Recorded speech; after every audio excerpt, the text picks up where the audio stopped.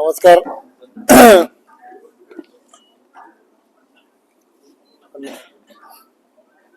आज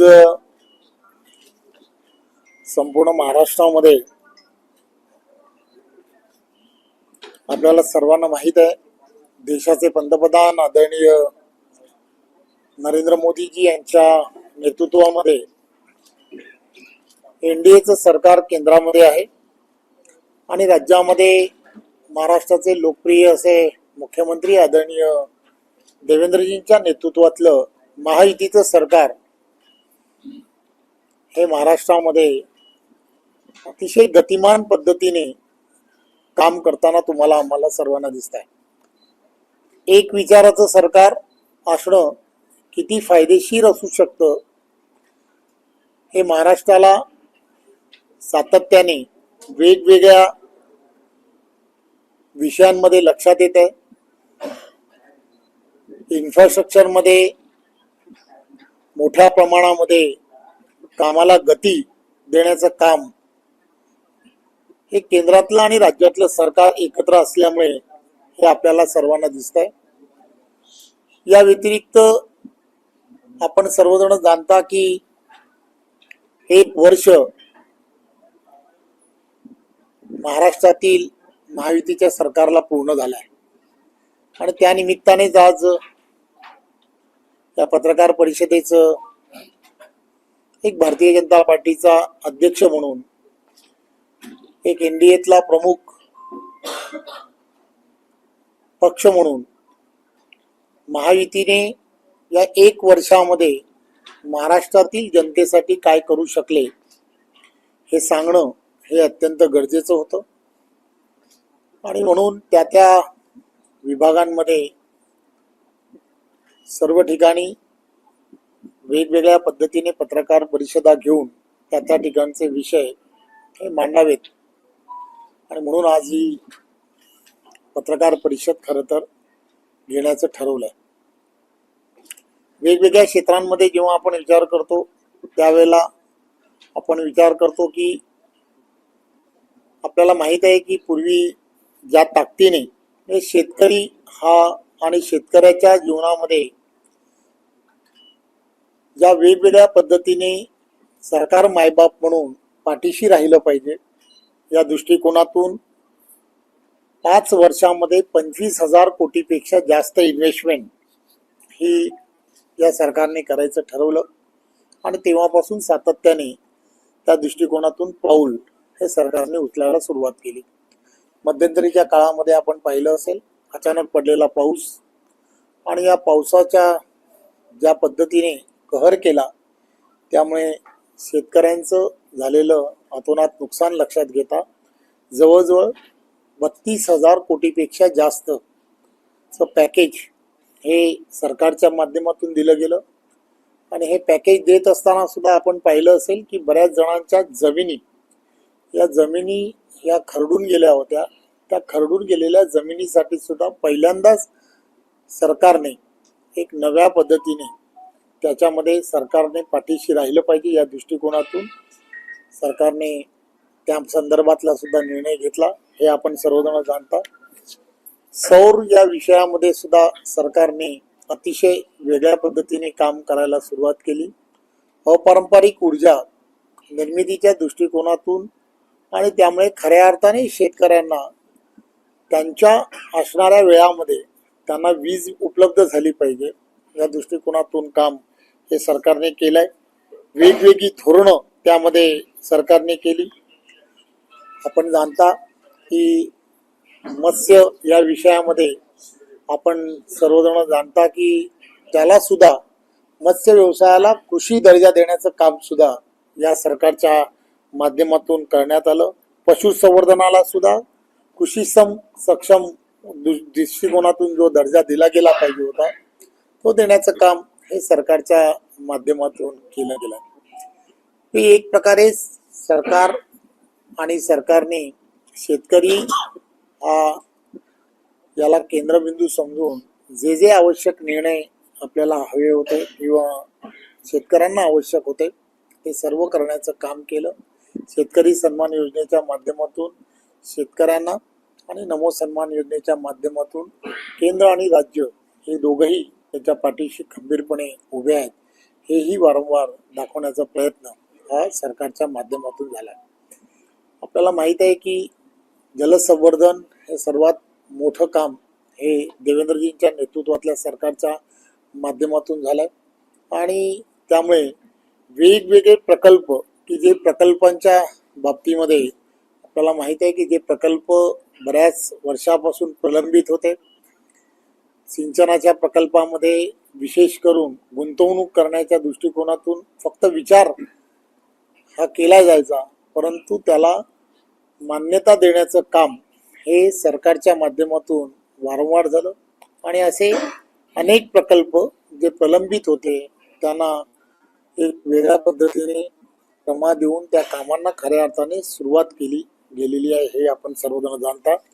खरं तर आपण सर्वांना मला सांगायला आनंद होतो की आदरणीय देवेंद्रजींच्या नेतृत्वामध्ये जवळजवळ जलयुक्त शिवार 2 या कामांना जी सुरुवात झाली, या जवळजवळ वर्षभरामध्ये 37,000पेक्षा जास्त कामं ही पूर्णत्वाकडे गेली.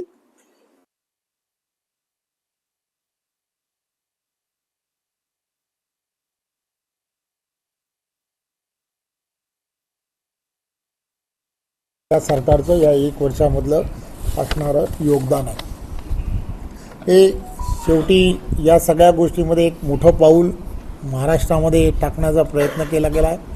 नदी जोड प्रकल्प या संदर्भात बरेच वर्ष चर्चा सुरू होती, परंतु नदी जोड प्रकल्प खऱ्या अर्थाने जर सुरू करायचे असतील तर त्यासाठी मराठवाडा ग्रीड असेल किंवा या पद्धतीने कशा पद्धतीने त्यामध्ये पुढे जाता येऊ शकतं त्याची खऱ्या अर्थाने सुरुवात जर कोणी केली असेल तर ते आदरणीय महाराष्ट्र राज्याचे लोकप्रिय असे मुख्यमंत्री देवेंद्रजी यांच्या नेतृत्वामध्ये महायुतीच्या सरकारने केलं आहे असं मला सांगायला आनंद होतो. पायाभूत सुविधा या अधिक सक्षम झाल्या पाहिजेत. वाहतुकीच्या कोंडी या शहरांमधल्या संपल्या पाहिजेत. या दृष्टिकोनातून सुद्धा काम हे सरकारच्या माध्यमातून मोठ्या प्रमाणामध्ये सुरू झालं आहे.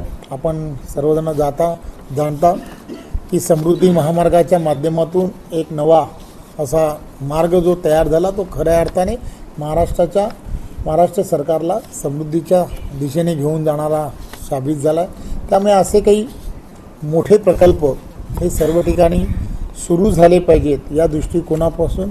म्हणून शक्तिपीठ निर्माणाच्या संदर्भात सुद्धा महाराष्ट्र शासनाने निर्णय घेतला आहे आणि त्या दृष्टिकोनातून सुद्धा लोकांनी नियोजन हे सरकारच्या माध्यमातून होत आहे. वाढवण पोर्ट जे आहे, वाढवण पोर्ट याला मंजुरी दिली गेल्यामुळे आपण सर्वजण जाणता की वाढवण पोर्ट हे आशियामधलं असणारं सर्वात मोठं असं पोर्ट आहे. देशाचे पंतप्रधान नरेंद्र मोदीजी यांच्या नेतृत्वामध्ये या पोर्टच्या निर्मितीमध्ये फक्त ते पोर्टच निर्माण होणार नाही तर पालघर जिल्ह्याला एक वेगळ्या पद्धतीने आणि संपूर्ण देशाच्या असणाऱ्या जी आर्थिक जी आपण सुबत्ता ज्याला म्हणतो सुबत्ता आणण्यामध्ये त्याचं सर्वात मोठं योगदान हे यामध्ये होणार आहे. 10 लाखापेक्षा जास्त रोजगाराची निर्मिती ह्या वाढवण बंदर आणि त्याच्या असणाऱ्या आजूबाजूच्या जे परिसर आहे त्या परिसरामध्ये होणार आहे. त्यामुळे त्या ठिकाणी एक चांगलं जे एअरपोर्ट व्हावं या दृष्टिकोनातला सुद्धा प्रयत्न हा त्याच भागामध्ये आदरणीय देशाचे पंतप्रधान नरेंद्र मोदीजी आणि देवेंद्रजींच्या नेतृत्वात होणार आहे. त्यामुळे तो संपूर्ण भाग जो आहे जसं आपण म्हणतो की एक वेगळ्या पद्धतीने मुंबईला जोडणारा भाग असल्यामुळे मुंबईला आणि आजूबाजूच्या असणाऱ्या परिसराला एक फार मोठी ताकद येणार आहे. त्याच भागातून कॉरिडोर्स मोठ्या प्रमाणात जात आहेत. बडोदा हायवे जे आहे ते त्याच भागातून जात आहेत. त्यामुळे एक वेगळ्या पद्धतीने तिथली असणारी परिस्थिती जी आहे तिथला असणारा जनजाती समाज जो आहे त्या जनजाती समाजाला एक रोजगाराच्या फार मोठ्या संधी हा त्यामुळे उपलब्ध होणार आहेत. जवळजवळ 238 मुंबई आणि मुंबई उपनगरामध्ये आपल्याला माहीत आहे की रेल्वे जी आहे ती अत्यंत महत्त्वाची अशी भूमिका त्याला धामिनी असं म्हटलं जातं. मुंबईला त्या रेल्वेला म्हटलं जातं. त्यामुळे या रेल्वेच्या असणाऱ्या ज्या लोकल्स डबे आहेत किंवा ज्या गाड्या ज्या आहेत त्या गाड्यांसाठी सुद्धा 238 नव्याने खरेदी करण्याच्या संदर्भातला निर्णय हा सुद्धा त्याच माध्यमातून घेण्यात आला आहे. नागपूरचा असणारा रिंग रोड जो आहे त्यालासुद्धा जवळजवळ 13,000पेक्षा जास्त कोटी रुपयेची मंजुरी करण्यात आली आहे. त्याचबरोबर त्या ठिकाणी आंतरराष्ट्रीय असं व्यापार आणि वित्तीय केंद्र तयार व्हावं या दृष्टिकोनातून सुद्धा 6,500 कोटीपेक्षा जास्त ही मंजुरी देण्यात आलेली आहे. असे अनेक प्रकल्प जे आहेत की जे प्रकल्प हे इन्फ्रास्ट्रक्चरमध्ये करण्याचा विचार केला गेलेला आहे. आणि 100 गावं जी आहेत ती सौर ग्राम म्हणून योजना जी आहे ती सुरू झाली आहे. जवळजवळ 15 गावं त्या दृष्टिकोनातून आत्तापर्यंत पूर्ण झालेली आहेत. त्यामुळे या सगळ्या गोष्टी ज्या आहेत या येणाऱ्या काळामध्ये महाराष्ट्राच्या या सगळ्या गतिमान महाराष्ट्र करण्यासाठी, ज्याला देवेंद्रजी नेहमी म्हणतात की महाराष्ट्र आता थांबणार नाही, त्याचा अर्थ असा आहे की महाराष्ट्राला प्रत्येक क्षेत्रामध्ये एक नंबर करण्याचं काम हे महायुतीचं सरकार महाराष्ट्रातलं या गेल्या 1 वर्षामध्ये करत आहे. लाडकी बहीण योजना जी आहे, विरोधक वारंवार सांगत होते की लाडकी बहीण योजना ही बंद होणार आहे, पण आपण जाणताय की देवाभाऊ नेहमीच सांगतात की मी जोपर्यंत मुख्यमंत्री म्हणून आहे तोपर्यंत या योजनेला कुठेही धक्का लागणार नाही, कारण मी तुमचा सर्वांचा लाडका देवाभाऊ आहे. त्यामुळे तीही योजना अतिशय योग्य प्रकारे सुरू आहे. राज्यामधील असणाऱ्या 10 जे जिल्हे आहेत त्या 10 जिल्ह्यांमध्ये उमेदचे मॉल तयार व्हावेत अशा दृष्टिकोनातून, महिलांचं सक्षमीकरण व्हावं या दृष्टिकोनातून सुद्धा एक विचार, आणि उमेदची असणारी ही जी एक फार मोठी असणारी महिलांची ताकद आहे तिला खऱ्या अर्थाने बाजारपेठ निर्माण करून देणं या दृष्टिकोनातून निर्णय हा सरकारने घेतला आणि त्या दिशेने आपण कामाला सुरुवातही झालेली आहे. आपण सर्वजण जाणता की महाराष्ट्राला जर पुढे न्यायचं असेल तर यामध्ये मोठ्या प्रमाणामध्ये इन्व्हेस्टमेंट येणं हे अत्यंत गरजेचं आहे. आणि म्हणून जवळजवळ 16 लाख कोटीपेक्षा जास्त सामंजस्य करार हे दावोसमध्ये हे गेल्या वर्षभरामध्ये झाले. आणि हे करार फक्त झाले नाहीत तर त्यापैकी 80% जास्त उद्योगधंद्यांना खऱ्या अर्थाने सुरुवातही झालेली आहे. आणि त्यामुळे गेल्या पूर्ण वर्षभरामध्ये ही असणारी परिस्थिती लक्षात घेता जवळजवळ आपण पूर्ण देशभरामधली असणारी सर्वात जास्त FDI ज्याला म्हणतात इन्व्हेस्टमेंट जी आहे की एक वातावरण पूर्णच्या पूर्ण महाराष्ट्रामधलं हे उद्योगधंद्यांसाठी पोषक असल्यामुळे मोठ्या प्रमाणामध्ये उद्योगधंदे हे महाराष्ट्रामध्ये यायला सुरुवात झालेली आहे. आणि या सुरू झालेल्या या उद्योगांच्या माध्यमातून जवळजवळ 1.5 लाखापेक्षा जास्त लोकांना रोजगाराच्या संधी खऱ्या अर्थाने प्राप्त झाल्या आहेत, हे मला सांगायला आनंद होतो. आपण सर्वजण जाणता की या सगळ्या विषयांमध्ये सुद्धा पोलीस भरती हा विषय हा अत्यंत महत्त्वाचा विषय होता. आणि म्हणून राज्यभरामधले गेल्या वर्षभरामध्ये 45,000पेक्षा जास्त लोकांना रोजगाराची पोलीस भरती ही करण्यात आलेली आहे. त्या व्यतिरिक्त आपण वेगवेगळे डिपार्टमेंट्स आहेत, या डिपार्टमेंटमध्ये नरेंद्र मोदीजींच्या नेतृत्वामध्ये सातत्याने सांगितलं जात होतं की शासकीय नोकऱ्या ज्या आहेत त्या नोकऱ्यांमध्ये ज्या ठिकाणी आपल्याला भरती करता येऊ शकते त्या ठिकाणी भरती करावी असं जेव्हा सांगितलं त्यावेळी वेगवेगळ्या डिपार्टमेंट्समध्ये सुद्धा वेगवेगळ्या पद्धतीने भरत्यांचं TCSच्या माध्यमातून किंवा कुठेही ज्याला म्हणतो की पारदर्शकता ठेवून सर्व भागांमध्ये, मग त्या महानगरपालिका असतील किंवा वेगवेगळ्या असणाऱ्या शासकीय ज्या नोकऱ्या होत्या ज्या प्रलंबित होत्या त्या सर्व ठिकाणी सुद्धा एक चांगल्या पद्धतीने पारदर्शकपणे त्या ठिकाणी नोकऱ्यांच्या संधी ही तरुणांना मोठ्या प्रमाणामध्ये मिळत आहेत, हे मला सांगायला आनंद होतो. नवी मुंबई या भागामध्ये एक विद्यापीठां 5 परदेशी विद्यापीठांचे करार झालेले आहेत आणि त्या ठिकाणी एज्युकेशन सिटी म्हणून येणाऱ्या काळामध्ये नवी मुंबई हा जो भाग आहे तो भाग येणाऱ्या काळामध्ये आपल्याला सर्वांना पाहायला मिळाला. शेकडो तरुण हे शिक्षणाच्या निमित्ताने बाहेर असणाऱ्या काही प्रमुख युनिव्हर्सिटी ज्या आहेत त्या युनिव्हर्सिटीमध्ये शिक्षणासाठी जात असतात. त्यामुळे त्यांना बाहेरगावी न जाता ते याच ठिकाणी त्यांना शिक्षणाच्या व्यवस्था झाल्या पाहिजेत या दृष्टिकोनातला प्रयत्न हा आपले देवेंद्रजींच्या नेतृत्वात झाला. याचा अर्थ फक्त लक्षात घेतला पाहिजे की आपल्या देशातील असणारी करन्सी जी आहे ही करन्सी बाहेरच्या देशामध्ये जेव्हा एखादा विद्यार्थी किंवा एखादा कोणीतरी ज्यावेळेला बाहेर जात असतो त्यावेळेला आपल्या देशातली जे पैसे जे आहेत ते बाहेर जात असतात. परंतु हीच जर शिक्षणाची व्यवस्था जर आपल्याच देशामध्ये झाली तर ती पूर्णच्या पूर्ण करन्सी जी आहे ती करन्सी आपोआप आपल्या देशामध्ये राहायला सुरुवात होईल. एक दूरदृष्टी असणारा नेता कसा असतो हे देवेंद्रजींनी या त्यांच्या विविध कामांमुळे आपल्याला लक्षात आणून दिलेलं आहे.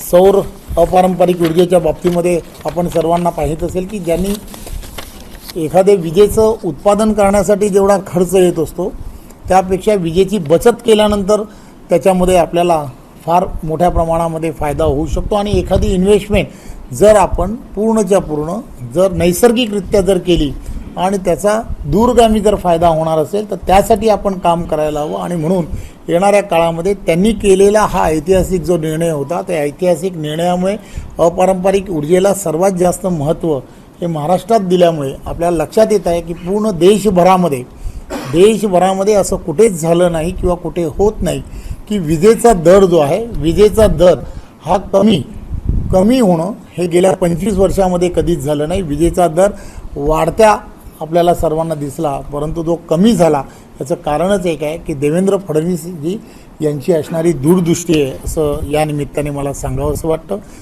राज्य शासन असेल किंवा CBSE बोर्ड्स असतील किंवा ह्या सगळ्या ज्या आपलं असणारं शालेय शिक्षण आहे या शालेय शिक्षणामध्ये छत्रपती शिवाजी महाराजांचा असणारा जो इतिहास आहे तो इतिहास त्यामध्ये प्रामुख्याने शिकवला गेला पाहिजे. या दृष्टिकोनातून पाऊल हे या पूर्णच्या पूर्ण 1 वर्षामध्ये सातत्याने घेण्याचं काम झालं.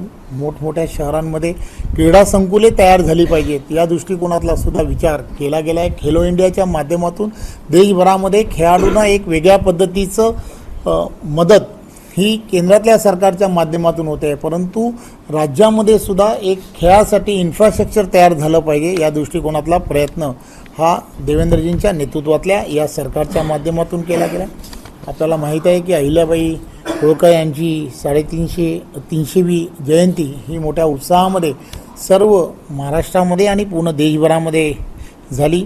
आणि त्यामुळे अहिल्याबाईंचं असणारं जे योगदान या देशासाठी असणारं किती मोठं आहे हे आपण सर्वांनी जाणता. आणि त्या दृष्टिकोनातून जवळजवळ 5,500 कोटीपेक्षा जास्त त्यांच्या तीर्थक्षेत्र जी आहेत त्यांनी ज्या ठिकाणी वेगवेगळ्या पद्धतीने कामाला केली किंवा ज्या मंदिरांचा जीर्णोद्धार केला ज्या ठिकाणी विहिरी बांधल्या किंवा जे त्यांनी त्यावेळच्या काळामध्ये केलेलं काम होतं त्या सर्व भागांमध्ये त्या विशेष असा निधी देण्याचं काम हे या सरकारच्या माध्यमातून केलं गेलं आहे. त्याच माध्यमातून जवळजवळ अहिल्याबाई होळकर यांच्या नावाने महिलांसाठी स्टार्टअप तयार करण्याचा सुद्धा संकल्प हा आपल्या सरकारच्या माध्यमातून करण्यात आलेला आहे. एक गोष्ट लक्षात घेतली पाहिजे की आपण सर्वजण जाणता की सर्व राज्यांमध्ये ज्या सरकारी सेवा ज्या आहेत त्या सरकारी सेवा येणाऱ्या काळामध्ये आपण जाणता की यामध्ये पारदर्शकता आली पाहिजे. या दृष्टिकोनातून देवेंद्रजी जेव्हा 2014 पासून 2000 या आजपर्यंत सातत्याने त्याचा प्रयत्न करत आहेत आणि त्या सर्व गोष्टींमध्ये तहसीलदार कार्यालय असेल किंवा सरकारी जेवढी कार्यालय आहेत की ज्या ठिकाणी दाखले दिले जातात किंवा या सगळ्या गोष्टींमध्ये विलंब जो केला जातो आज आपल्याला माहिती आहे की हे पूर्णच्या पूर्ण महाराष्ट्र किंवा देशामध्ये सर्व ठिकाणी डिजिटलायझेशन मोठ्या प्रमाणात झालेलं आहे. त्यामुळे डिजिटलायझेशन झालेला याचा फायदा हा सामान्य नागरिकांना झाला पाहिजे. या दृष्टिकोनातून हे सर्वच्या सर्व दाखले जे आहेत ते व्हॉट्सअपच्या माध्यमातून देण्याचा निर्णय हा या सरकारच्या माध्यमातून केला गेलेला आहे. सेवा क्षेत्रांमध्ये अतिशय चांगलं काम उभं राहिलं पाहिजे आणि नागरिकांची जास्तीत जास्त सेवा ही नागरिकांना उपलब्ध झाली पाहिजे म्हणून सरकार कटिबद्ध आहे. आणि सरकार त्या दृष्टिकोनातून वेगवेगळ्या पद्धतीने डिजिटायझेशन पद्धतीने किंवा जास्तीत जास्त लोकांना कमीत कमी या सगळ्या व्यवस्थेमधून कमीत कमी त्रास कसा होईल या दृष्टिकोनातला प्रयत्न हा सरकारच्या माध्यमातून केला जातो आहे. अनुकंपाच्या माध्यमातून जो अनुशेष गेल्या काही वर्षभरामध्ये होता जवळजवळ 5,500पेक्षा जास्त लोकांना शासकीय नोकऱ्यांमध्ये त्यामध्ये प्राधान्य देण्याचं काम हे सरकारच्या माध्यमातून झालं आहे. महात्मा फुले जनआरोग्य योजनेच्या माध्यमातून जवळजवळ ज्या आजार त्यामध्ये ठेवले होते त्या आजारांमध्ये अधिक वाढ व्हावी अशी सातत्याने नागरिकांची मागणी होती आणि म्हणून 2399 आजारांचा यामध्ये मोठ्या प्रमाणामध्ये समावेश हा करण्याचं काम झालेलं आहे. पूर्ण वर्षभरामध्ये जवळजवळ 1,09,440 ग्रामीण कुटुंबांना न जोडण्या करण्याचं कामसुद्धा याच वर्षांमध्ये झालेलं आहे. नवी मुंबई जे आहे त्यामध्ये महाराष्ट्र इनोव्हेशन सेंटर तयार करावं, ही सिटी तयार करावी असा विचार हा शासनाच्या माध्यमातून सुरू झालेला आहे आणि त्या दृष्टिकोनातून कामालाही प्रत्यक्षपणे सुरुवात केली गेली आहे. राज्याचं नवीन गृहधोरण जे आहे त्या गृहधोरणाच्या संदर्भामध्ये सुद्धा राज्याने विचार केला आणि त्या दृष्टिकोनातून सुद्धा कामाला सुरुवात केली आणि त्यामध्ये सुद्धा स्वयं पुनर्विकास या माध्यमातून सुद्धा एक चांगल्या पद्धतीचा एक विकास हा त्या ठिकाणी करता येऊ शकतो याची मुंबईमध्ये त्याची सुरुवात झालेली आहे आणि याच धर्तीवरती संपूर्ण महाराष्ट्रभर या सगळ्या गोष्टी होणार आहे. प्रधानमंत्री आवास योजनेच्या माध्यमातून जवळजवळ 30 लाखापेक्षा जास्त घरांची निर्मिती करण्याचं ठरवलं आहे आणि त्यापैकी जवळजवळ 4,91,000 घरं ही पूर्ण झाली आहेत हे मला सांगायला आनंद होतो. तुकडेबंदीचा कायदा शिथिल करण्याचा निर्णय हा 1 जानेवारी 2025 पर्यंत झालेला आहे आणि त्यामुळे त्यासाठीच्या असणाऱ्या ज्या कायदेशीर ज्या बाबी आहेत त्या बाबी पूर्ण करण्याचं काम केलं जात आहे. शेतजमिनीच्या बाबतीमध्ये जे वाटप करण्याचा जो विषय होता त्यासाठी जी शुल्क माफीच्या संदर्भातला जो महसूल खात्यातला जो निर्णय होता तो निर्णयही झालेला आहे याची आपणा सर्वांना कल्पना आहे. आणि आणीबाणीत कारावास ज्या मंडळींनी भोगला अशांच्या मानधनामध्ये सुद्धा दुप्पट वाढ करण्याच्या संदर्भातला निर्णय हा सुद्धा शासनाच्या माध्यमातून घेतला गेलेला आहे. महाराष्ट्र राज्य अनुसूचित जाती आयोग हा महाराष्ट्र राज्य अनुसूचित जमाती आयोग या दोन्ही गोष्टीला संविधानिक जी मान्यता दिली पाहिजे होती ती मान्यता ही शासनाच्या माध्यमातून दिली गेलेली आहे. पीपल्स एज्युकेशन सोसायटीला 500 कोटी रुपयापर्यंतचा निधी देण्याच्या संदर्भातला जो निर्णय होता तो निर्णयही शासनाच्या माध्यमातून घेण्यात आलेला आहे. महात्मा फुले मागास विकास महामंडळ, संत रोहिदास चर्मकार उद्योग, चर्मकार विकास महामंडळ, साहित्यरत्न लोकशाही अण्णा भाऊ साठे विकास महामंडळ या सर्व बाबतीमध्ये ज्या कर्जाच्या संदर्भात या भागांमध्ये लाभार्थ्यांना जे कर्जाच्या संदर्भातल्या काही प्रकरणं होती त्यांना शिथिलता देण्याच्या संदर्भात बऱ्याच दिवसापासूनच्या मागण्या होत्या त्या संदर्भात शिथिलता देण्याचं कामसुद्धा बऱ्याच अंशी हे करण्यात आलेलं आहे.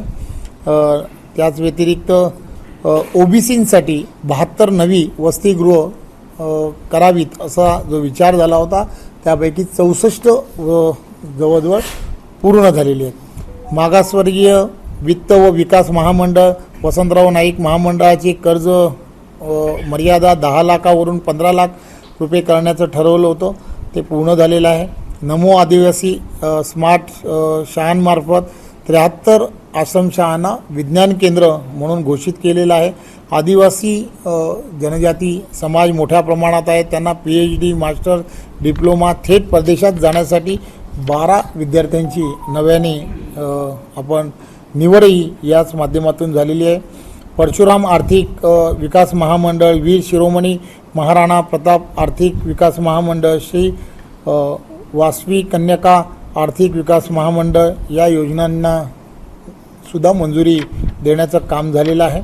त्याचबरोबर नोंदणीकृत बांधकाम कामगारांना सुद्धा 60 नंतरसुद्धा निवृत्ती वेतन देण्याच्या संदर्भातला निर्णय आणि संजय गांधी निराधार आणि श्रावणबाळ योजनेतील दिव्यांग लाभार्थी यांना अर्थसहाय्य म्हणून 1,000 रुपयाची वाढ अशा अनेक योजना ज्या आहेत त्या योजनांच्या माध्यमातून या सरकारने या नरेंद्र मोदीजींच्या नेतृत्वामध्ये आणि महाराष्ट्राचे लोकप्रिय असे मुख्यमंत्री देवेंद्रजी यांच्या नेतृत्वामध्ये जे महायुतीचं सरकार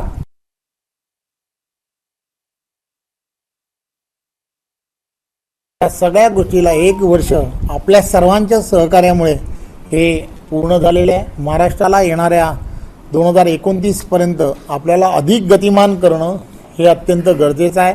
आणि त्यामुळे त्यांनी जे योजलं आहे की महाराष्ट्राला प्रत्येक क्षेत्रामध्ये आपल्याला एक नंबर करायचा आहे आणि त्यासाठी ते सातत्याने दिवसाचा रात्र करतायत. 24 तासांपैकी 18 तास जवळजवळ ते महाराष्ट्रातील जनतेसाठी देण्याचा सातत्याने प्रयत्न करतायत. माझी आपणा सर्वांना विनंती आहे की या 1 वर्ष त्यांच्या या कारकीर्द पूर्ण महायुतीच्या या कार्यकाळाला पूर्ण झालेला आहे. त्यामुळे आज या पत्रकार परिषदेच्या माध्यमातून जो संक्षिप्तमध्ये जो विषय आपल्यासमोर मांडायचा होता तो मांडण्याचा एक प्रयत्न केला आहे. त्याबद्दल आपण सर्वांनी शांतपणे हा विषय ऐकून घेतलात त्याबद्दल मी आपण सर्वांचं मनपूर्वक धन्यवाद देतो. आणि तुमचा आवडता विषय सांगतो, पुढचा सांगतो ना, ह्याच्यापेक्षा दुसरा एक आवडता विषय आहे, कारण मला लग्नाला पण जायचं आहे. त्यामुळे आपल्याला माहिती आहे की आत्ता पूर्ण महाराष्ट्रामध्ये सर्व ठिकाणी स्थानिक स्वराज्य संस्थांच्या निवडणुका या अतिशय जोमामध्ये सर्व ठिकाणी सुरू होत्या आणि त्यापैकी काही निवडणुका या पूर्ण झाल्यात, परंतु काही नगरपालिकेच्या निवडणुका अजूनही काही तांत्रिक कारणामुळे प्रलंबित आहेत. 20 तारखेला त्या निवडणुका होणार आहेत. परंतु या सगळ्या गडबडीमध्ये निवडणूक असते, निवडणुकीच्या प्रचारामध्ये अनेक आरोप प्रत्यारोप अशा सगळ्या गोष्टी होत असतात आणि तशा होणं हे स्वाभाविकही असतं. परंतु एक गोष्ट फार महत्त्वाची आहे की या संदर्भात भारतीय जनता पार्टी, शिवसेना आणि राष्ट्रवादी आम्ही सर्वजण महायुतीमध्ये एकत्रपणे सत्तेमध्ये गेली 1 वर्ष अतिशय चांगल्या पद्धतीने काम करतो आहे आणि त्यामुळे या सगळ्या गोष्टी महाराष्ट्रातील जनतेसाठी फार हितावह आहेत. हे मी आत्ताच सांगितलेल्या विषयामुळे आपल्याला लक्षात येतं. त्यामुळे येणाऱ्या काळामध्ये राज्यामधलं आणि केंद्रातलं सरकार अतिशय सुरळीतपणे 2029पर्यंत चाललं पाहिजे ही धारणा पूर्ण महाराष्ट्रातील जनतेची आहे आणि हीच धारणा भारतीय जनता पार्टीची सुद्धा आहे. आणि भारतीय जनता पार्टीचा प्रदेशाध्यक्ष म्हणून आणि पूर्णच्या पूर्ण पार्टीचे असणारे आमचे सर्व नेते मंडळी याच दिशेने आहेत. परंतु एक गोष्ट लक्षात घेतली पाहिजे की काही दिवसा अगोदर काही घटनाक्रम असेच होत राहिले की त्या घटनाक्रमांमुळे काही ना काहीतरी विषय पुढे जात राहिले. कालच या संदर्भामध्ये 2 दिवसा अगोदर आदरणीय एकनाथराव शिंदेजी उपमुख्यमंत्री आमचे महायुतीतले नेते आहेत त्यांच्याशी चर्चा झाली आणि त्यांनी या संदर्भामध्ये विषय जे आहेत ते विषय आपण अधिक वाढवू नयेत असं ज्यावेळेला सांगितलं त्यावेळेला मी त्यांना म्हटलं की आपण काय करावं ते लवकरच आम्ही सर्वजण देवेंद्रजी मी आणि ते आम्ही सर्वजण बसणार आहोत. त्यामुळे त्यांनी असं मला सांगितलं की जे घडलं आहे त्यापैकी काही गोष्टींवरती आपण पडदा टाकला पाहिजे. त्यामुळे कल्याण डोंबिवली आणि हा सगळा जो भाग आहे जरा एकदम अतिशय संवेदनशील आहे. त्यामुळे त्या संवेदनशील भागामध्ये काही प्रवेश हे शिवसेनेकडून काही प्रवेश घेण्यात आले. त्यामुळे मग त्या दृष्टिकोनातून भारतीय जनता पार्टीने सुद्धा काही प्रवेश त्या संदर्भात घेतले. काही चर्चा येणाऱ्या काळात करणं हे अपेक्षित आहे. त्यामुळे त्यामध्ये एक युवा नेतृत्व आहे अभिजित थरवळ म्हणून, त्याचा प्रवेश घेतल्यानंतर थोडंसं अधिक त्यामध्ये तीव्रता जाणवली. त्यामुळे असे काही प्रवेश उल्हासनगरमधले असणारे काही प्रवेश, कल्याण डोंबिवलीमधले असणारे, शिवसेनेमधले काही प्रवेश, आमचे भारतीय जनता पार्टीमधले असणारे प्रवेश, या सर्व गोष्टींबद्दल थोडेसे आक्षेप सर्व बाजूने दोन्ही बाजूने दिसत आहेत. त्यामुळे त्या संदर्भात वरिष्ठ मंडळी सगळेजण बसतील असं आम्ही सर्वांनी ठरवलं आहे. त्यामुळे या सगळ्या गोष्टीची चर्चा 100% होईल आणि तूर्तता या सगळ्या गोष्टीवरती पडदा पडला पाहिजे. यानंतरच्या काळात महाराष्ट्रातील असणाऱ्या सगळ्या भारतीय जनता पार्टी शिवसेनेतील सर्व कार्यकर्त्यांनी आणि पदाधिकाऱ्यांनी आपसामधले असणारे कोणालाही घेऊ नये अशा पद्धतीचा हा निर्णय आम्ही आता सध्या शिंदेसाहेब असतील, देवेंद्रजी असतील आणि आम्ही भारतीय जनता पार्टीचे आणि आम्ही सगळीजणं राजकारणामध्ये असणारे बरेच वर्षाचे एकत्र काम करणारे कार्यकर्ते, महायुतीमध्ये करणारे कार्यकर्ते आहोत. त्यामुळे आम्ही सर्वांनी मिळून असा निर्णय घेतला आहे. त्यामुळे लवकरच अधिवेशन काळामध्ये कधीतरी एक दिवस जे प्रवासामध्ये किंवा कसं ना काहीतरी तरी बसून या सगळ्या गोष्टीची चर्चा होईल. परंतु महाराष्ट्राला येणाऱ्या काळामध्ये 2029 गतिमान करण्यासाठी देवेंद्रजींच्या नेतृत्वामध्ये एक चांगल्या पद्धतीने महाराष्ट्रातील जनतेला जे आवश्यक आहे ते करण्याचा निर्णय हा आम्ही सर्वांनी घेतलेला आहे. धन्यवाद. चला. वर्षभरातलं कामकाज झालं, पण एकीकडे अर्थमंत्री म्हणतात की पैशाची कमी, लाडकी बहीणमुळे पैसा मोठा आर्थिक हे झालाय, कर्ज घेण्याची पायरी, हे असताना प्रकल्प मोठ्या प्रमाणात राबवले गेले, कसं नियोजन होणार आहे? एक गोष्ट लक्षात काय घेतली पाहिजे, मी जसं म्हटलं तुम्हाला की देशाचे पंतप्रधान नरेंद्र मोदीजी यांच्या नेतृत्वामध्ये आणि महाराष्ट्रामध्ये आदरणीय देवेंद्रजींच्या नेतृत्वातलं महायुतीचं सरकार आहे. केंद्रातलं सरकार ठामपणे पूर्णच्या पूर्ण ताकदीने ज्यावेळेला महाराष्ट्रातील सरकारच्या पाठीशी उभं राहत आहे.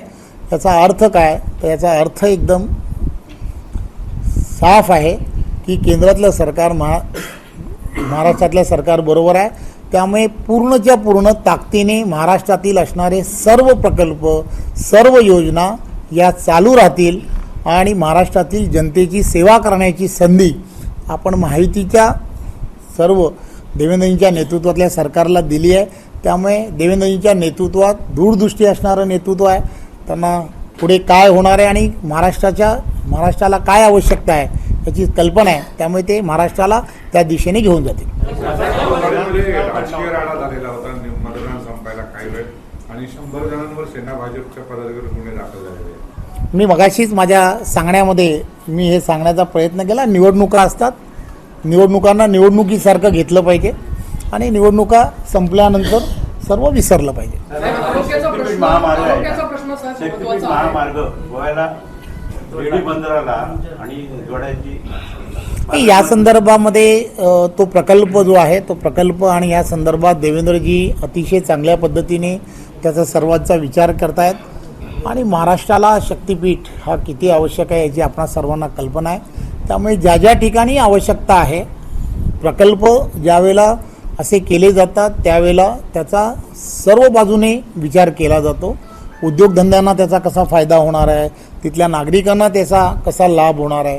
त्यामुळे सर्व बाजूने त्याचा विचार करून तो मार्ग हा महाराष्ट्राला आणि महाराष्ट्रातील असणाऱ्या आणि विशेष करून विदर्भापासून कोकणापर्यंतच्या असणाऱ्या प्रत्येकाला समृद्धीला कसा घेऊन जाईल याचा त्याच्यामध्ये विचार केला जातो. धन्यवाद. देश विदेशातील प्रत्येक घडामोडींचे लाईव्ह अपडेट मिळवण्यासाठी आता साम टीव्हीच्या सर्व सोशल मीडिया प्लॅटफॉर्मला लाईक, फॉलो आणि सबस्क्राईब करा. तसंच सर्व नोटिफिकेशनसाठी बेल आयकॉन प्रेस करायला विसरू नका.